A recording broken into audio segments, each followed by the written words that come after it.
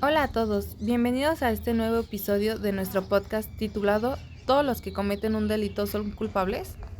Hoy hablaremos sobre un tema muy importante dentro de la teoría del delito, la culpabilidad, la imputabilidad, la inimputabilidad y las excluyentes de la culpabilidad. Pero les presentaremos algunos casos y mis amigas nos tendrán que ayudar a responder unas preguntas. ¿Toda persona que comete un delito es realmente culpable? Desde mi punto de vista diría que sí, pero depende el contexto en el que esté tomado. Pues yo también lo pensaría, pero si alguien roba o lesiona a otra persona, parecería lógico decir que es culpable.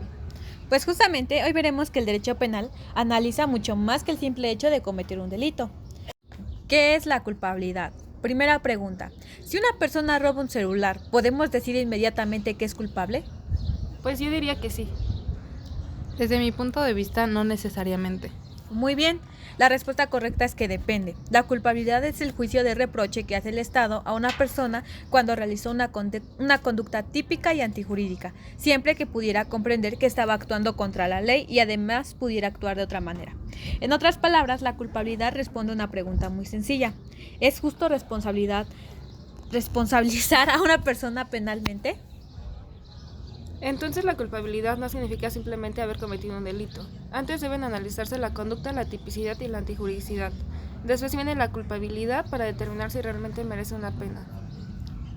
Justamente, puede ocurrir que una persona haya realizado un hecho considerado delito, pero por determinadas circunstancias no puede que sea jurídicamente culpable. Elementos de la culpabilidad.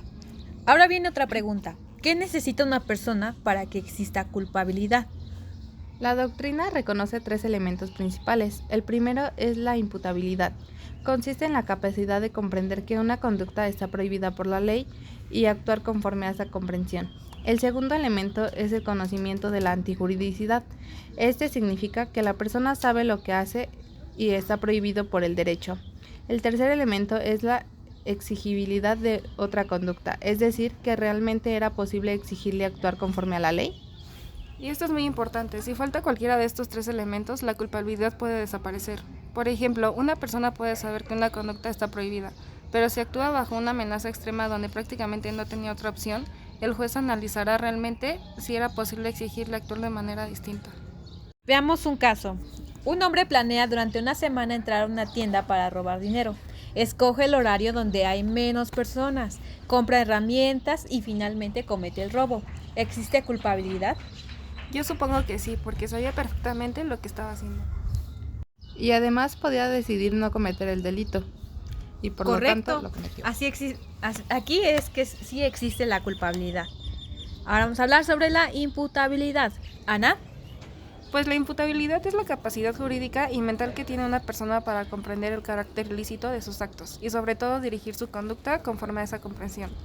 Generalmente los adultos que no presentan alteraciones mentales graves son considerados imputables. Por ejemplo, una persona que plantea un fraude durante varios días sabe perfectamente que está violando la ley, comprende las consecuencias de sus actos, por ello puede responder penalmente. Ahora cambiemos completamente el caso. Una persona con un trastorno mental muy grave cree que está siendo atacada por monstruos y golpea a otra persona. ¿Es culpable? Yo al principio diría que sí, porque lesionó a alguien. Desde mi punto de vista, creo que no, porque realmente no comprendía lo que estaba sucediendo exactamente. Exactamente. Aquí aparece otro concepto muy importante, la inimputabilidad. La inimputabilidad es lo contrario de la imputabilidad. Existe cuando una persona no puede comprender que su conducta es ilícita o no puede controlar sus acciones, debido a un trastorno mental, un desarrollo intelectual insuficiente o otra conducta prevista por la ley. Pues en estos casos normalmente no se impone una pena como a cualquier otra persona. Es dependiendo del caso. El juez puede ordenar medidas de seguridad para proteger tanto a la sociedad como a la propia persona. Esto demuestra que el derecho penal busca actuar con justicia considerando las condiciones reales de cada individuo. Ahora vamos con una dinámica rápida. ¿Verdadero o falso? Primera pregunta. ¿Toda persona que comete un delito es culpable? Yo pienso que es falso. Verdadero. Primero debe analizarse si existe la culpabilidad. Correcto. Segunda pregunta. ¿La imputabilidad significa que una persona puede comprender sus actos? Yo creo que es verdadero. Muy bien. Tercera pregunta. ¿Una persona inimputable siempre irá a prisión? Falso. Exacto. Excluyentes de la culpabilidad. Ahora expliquemos las principales excluyentes de la culpabilidad. Una de ellas es la inimputabilidad. Es cuando la persona carece de capacidad para comprender o dirigir su conducta. La segunda es el error de prohibición invencible. Aquí la persona desconoce que su conducta está prohibida por la ley y ese desconocimiento era imposible de evitar actuando con diligencia razonable. Y la tercera es la inexigibilidad de otra conducta. Esta sucede cuando las circunstancias hacen imposible exigir que la persona actuara de manera diferente. Un ejemplo de ello es alguien obligado bajo amenaza inmediata de muerte a colaborar en una conducta delictiva. En esos casos, el juez tiene que analizar si realmente podía actuar de otra forma. Estas causas se encuentran relacionadas con el artículo 15 del Código Penal Federal, que regula diversas causas de exclusión del delito.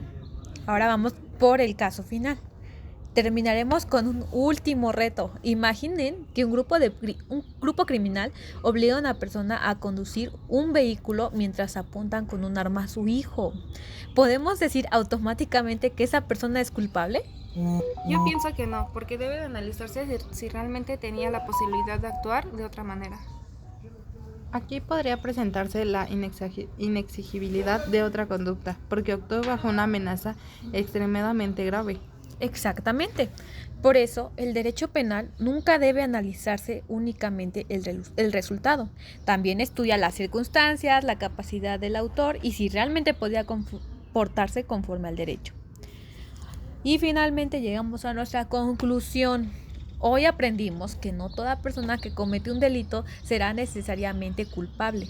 Para que exista culpabilidad deberán analizarse la imputabilidad, el conocimiento de la antijuricidad y la exigibilidad de otra conducta. También vimos que la imputabilidad consiste en la capacidad para comprender y dirigir nuestros actos, mientras que la inimputabilidad implica la ausencia de esta capacidad. Y finalmente, conocimos las principales excluyentes de la culpabilidad, que son la inimputabilidad, que es el error de prohibición invencible, y la inexigibilidad de conducta. Estas figuras permiten que el derecho penal sancione de manera justa y conforme a las circunstancias de cada caso. Ahora vamos con nuestras opiniones personales del tema.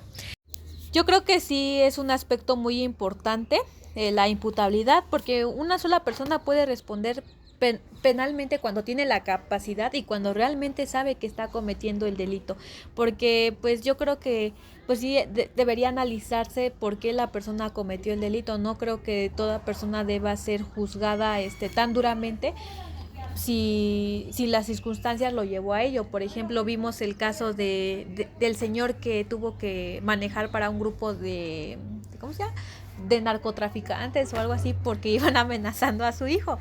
Pues entonces yo creo que pues ahí tú prevés por la vida de tu familiar más que por la de otros. Entonces pues yo creo que sí no debería de ser juzgado y que el caso debería analizarse a profundidad para que el señor sea exonerado, tal vez pues de lo que se le estuvo acusando. También es muy importante las causas de la inimputabilidad.